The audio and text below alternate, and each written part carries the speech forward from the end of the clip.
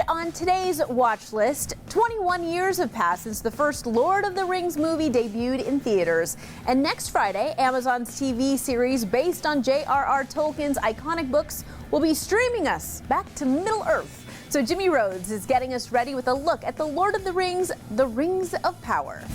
There was a time when the world was so young. It's time to return to Middle-earth. Lord of the Rings, The Rings of Power is coming to Amazon Prime Video on September 2nd, and it is one of the biggest bets that the streaming service has ever made in its entire history. It's very exciting. Talking about the new show and what to expect is managing editor for Decider.com, Alexander Zalbin.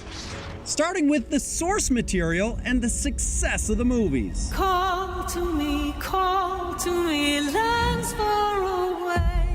These books have been huge, sold millions of copies worldwide, and captured the attention of millions and millions of people in the years since they were published. You have fought long enough, Galadriel. Based on the books by J.R.R. Tolkien, the two movie franchises, The Lord of the Rings and The Hobbit, have grossed over $5.8 billion at the box office combined, with the former winning 17 Academy Awards, the most wins by any movie trilogy. People have been happy not just to watch the movies, but extended editions that were sent back to theaters that were even longer and arguably even better.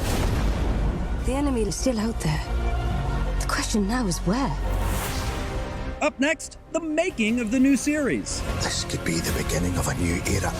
Amazon put down initially $250 million, not for the Lord of the Rings books, but for The Hobbit and the appendices on the books, other information there that bounces around the main stories. Darkness will march over the face of the earth. With a 5-season production commitment worth at least $1 billion, this is the most expensive television series ever made. The Second Age is the great unfilmed story in Tolkien's entire legendarium, with the forging of the rings and the last alliance. And we felt that that was the story that deserved to be told. And finally, what fans can expect. You have not seen what I've seen. This series actually takes place thousands of years before the movies took place in the Second Age of Middle-earth.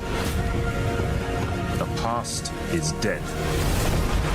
We either move forward or we die with it. I think the scope of the show is massive. This is the time where the characters and species that we know and love become who we know them to be. Returning to Middle-earth on the watch list.